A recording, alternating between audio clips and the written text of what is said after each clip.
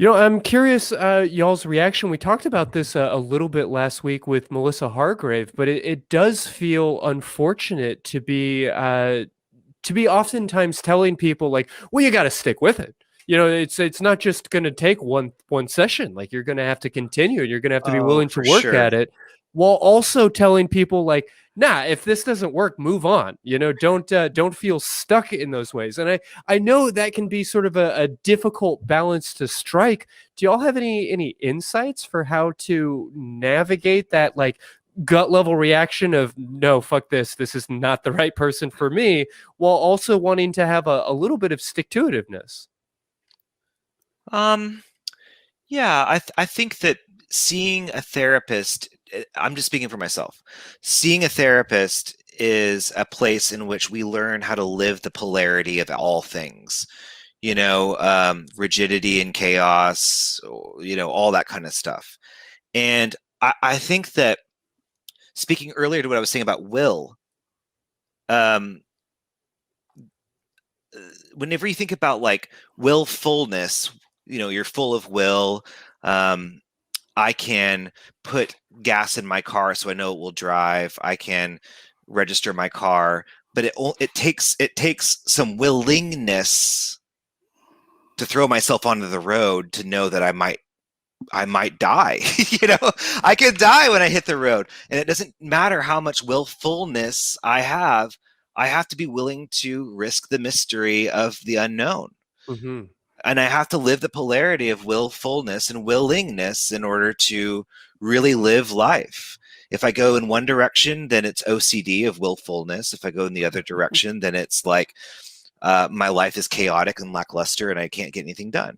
So I think that whenever you see a therapist, you have to find a balance in living the polarity between all things and knowing that your ego is this good enough willfulness, which is important, navigated you to get your therapist, isn't driving the ship. It needs to be somewhere in the gray area between trusting the process and trusting that you're there for the right reason.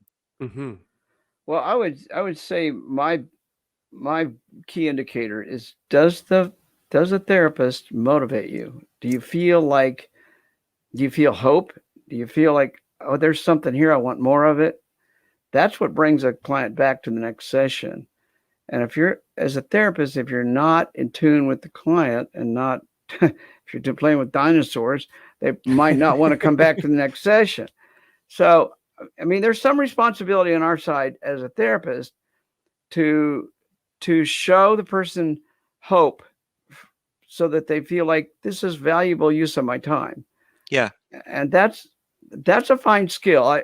Not everybody's got a, and some people need a few sessions to get there.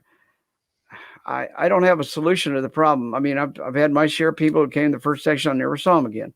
So maybe I failed in showing them the value of what we were going to do together. Yeah. But it's a two-sided thing. It's a relationship, and I have part of the responsibility in this relationship, and they have part of it. But they're coming in with a lot of pain and a lot of hurt. So I have to factor that in, and I have to have some motivational strategies, some strategies to offer them the hope that they really need. They're coming to me for hope. And then if by the second session they come back, I can actually start getting into the hope stuff. I have found, I mean, I don't think it's 100%, but I think if I can find the right homework assignment in that very first session, that brings them back. But if I find the wrong homework session, they'll never show back. I mean, Yeah. You kind of have to guess right there. And it's a crapshoot because, man, one session, it's hard to get what you need sometimes. Anyway. I hear that. You're hitting on something important though, which is I think the way that the therapist makes you feel to a certain extent. Exactly. I want to really avoid any like wooey language around like vibes and energy, but I'll say that my office back on the earth that was when I had one, and I'm desperately eager to get offline and to have one again. I love that. I worked incredibly hard to curate that space. I mean, the lighting was just right, the colors was just right. Yeah. You may not have loved the art on the wall, but it was very intentional, and everything about that experience was meant to feel like walking into a really soothing, comfortable environment. Now, it's not a spa. It's not meant to just be like soothing in that sense. But if you are going to like really rip your guts out and lay them out on the table, you don't want to be doing that in a field hospital, right? Like, you want to feel like the therapist knows what they're doing. You want to feel comfortable in that environment. And if you can walk away from that first session feeling a little bit of catharsis, maybe a little bit of relief, and perhaps you're a little bit exhausted or upset, but you feel like something fucking happened. You know, you weren't just filling out forms. It's valid, and I don't want to overstate it and shit on a bunch of very talented therapists, but so many professionals always start off by filling out a bunch of paperwork, and that intake session will be a bunch of check boxes about, you know, whether or not your maternal grandmother drank too much, and about, you know, like every relative you've ever had. And there's value in that type of data, and there's value in filling out some of those forms and asking those questions. But to me, it really misses the relationship once again. And I feel like if you walk away from that first experience just feeling rejuvenated a little bit, even if you're a little bit spent and tired, that's a very, very good sign. Right. It's beautifully said. I think that, you know, I wish there was more that I could control in a session. Mm-hmm. But truly, I just show up and I strip away expectations and I see what they bring in. But the one thing that I can control is my environment. And I think about it kind of like a garden. Like if you tend to the soil and you water it and whatnot, the flowers will come out. You know what I mean? And so, like, you can control the ecosystem by which your clients can thrive. And also for you, if you come in and you know it's consistent and it's beautiful and it's like a place for you to unfold and enfold, then it's a place of healing. And that's unconditional positive regard too, right? Mm-hmm. Yeah. Yeah. Well, we've already talked about a lot of the things that I wanted to cover in this section, which is good because we are running a little bit long. But I did want to really frame the question of, once you find a therapist that you're excited about, how do you go about contacting them? You know, if you like have found somebody on Psychology Today or any of these other websites and you are ready to reach out to somebody, I mentioned the thought of like a consultation. I mentioned sending emails and some of these things, but I think people maybe are often shy about doing that kind of stuff. And I'd just love to hear from two other professionals what those boundaries should look like, or what recommendations you might have. What do you do, Darrel? What's your way?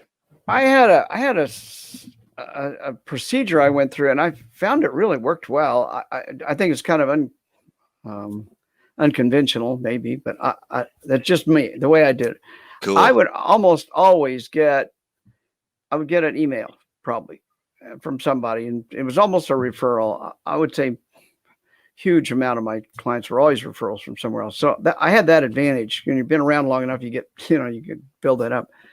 But the first thing I would do is I would maybe have a phone call with them, but just 10 or 15 minutes. And then I would say, I want you to sit down and just write out what your concerns are in a paragraph or two. It doesn't have to be long, but I want you to take the responsibility to do that and then send it to me.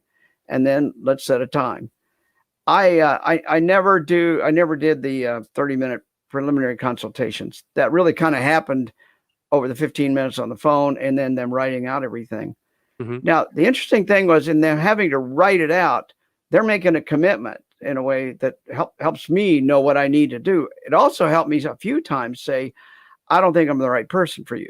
Yeah. And make a referral. I could just move right on. We wouldn't waste any of their time or money. Yeah. But I tell you, once you got that piece of writing in front of you, or at least for me, that became a touch point literally for the next 4 or 5 sessions sometimes. and it really kept us going. I don't know. It seemed to really get us off to a jump start. I just kind of came on that accidentally many years ago, and I just stuck to it. You know, it works. I actually will not see. I set a rule for myself. I will not see a patient. I will not see a client if they don't write out their concerns. And I never did insurance. Never. If you're not self-pay, I don't want to see you. I never did. So I don't get out of here. I don't want to get too deep into the weeds. I could absolutely talk about the money and the way we finance therapy and the problems with that system all day. But very briefly, I do think it's worth mentioning to the audience what should they be expecting from their insurance providers? Because I think people often reach out to me and are a little bit like shocked when I don't take their insurance. And I always have to kind of gently chuckle to myself and be like, you know, good luck, because I think it's unlikely that you're going to find anybody, certainly not anybody that specializes in some of the things that I specialize in, that's going to take your coverage. Yeah. I'll tell you that I tell people this publicly a lot. I try to preach this is if therapy is too expensive for you, then how expensive is continuing your current life? How much is it costing you when you lose a job, when you lose a relationship, when your children are, you know, look at all the consequences of continuing your life the way you are. How much is that worth to you? How much is that costing you? And I mean, I don't know that everybody buys into that approach, but I know it can sound really smug when it's coming from a therapist, but a therapist that I really admire used to say that, like, oh, you can't afford therapy? You should probably spend some money on therapy about it. Like your therapist can talk to you about like why it's a challenge, and I recognize that it's expensive. I mean, Jesus, like my own therapy bills are challenging for me in a lot of ways. But like we highlighted at the top of the show, there are some great low cost opportunities. I mean, Andy, you and I met working for an agency where people could start for at as low as $10 an hour, and whether like wherever you're at, if you're not in a major city, especially with the advancement of online counseling services, I'm confident that you can find a talented professional for like anywhere from $20 to $50 or $60 an hour. And it can definitely go north of that by a long shot. And I often do like recommend and prefer. I mean, my therapist charges, I think, $180, and that feels like a lot. But if that's not where you're at financially, that's okay. You can find something that's going to work within your budget. Whenever I saw my first therapist, I was, you know, a touring musician doing all of that stuff, and I live in Austin, and there's this beautiful organization called the Sims Foundation. And we talked about that a little bit last week with Melissa, but please go on. Yeah, I saw a therapist who, I think, I haven't checked his rates now, but I would assume it's somewhere around like 150 to 200, and I was paying $40. You know, I mean, there are a lot of options. And speaking of what we said before, if you are going through what I went through in my early 20s of panic attacks about your next panic attack, sometimes BetterHelp is the best option, right? It's like $40 to have someone to help you stop having panic attacks. Great. Sign me up.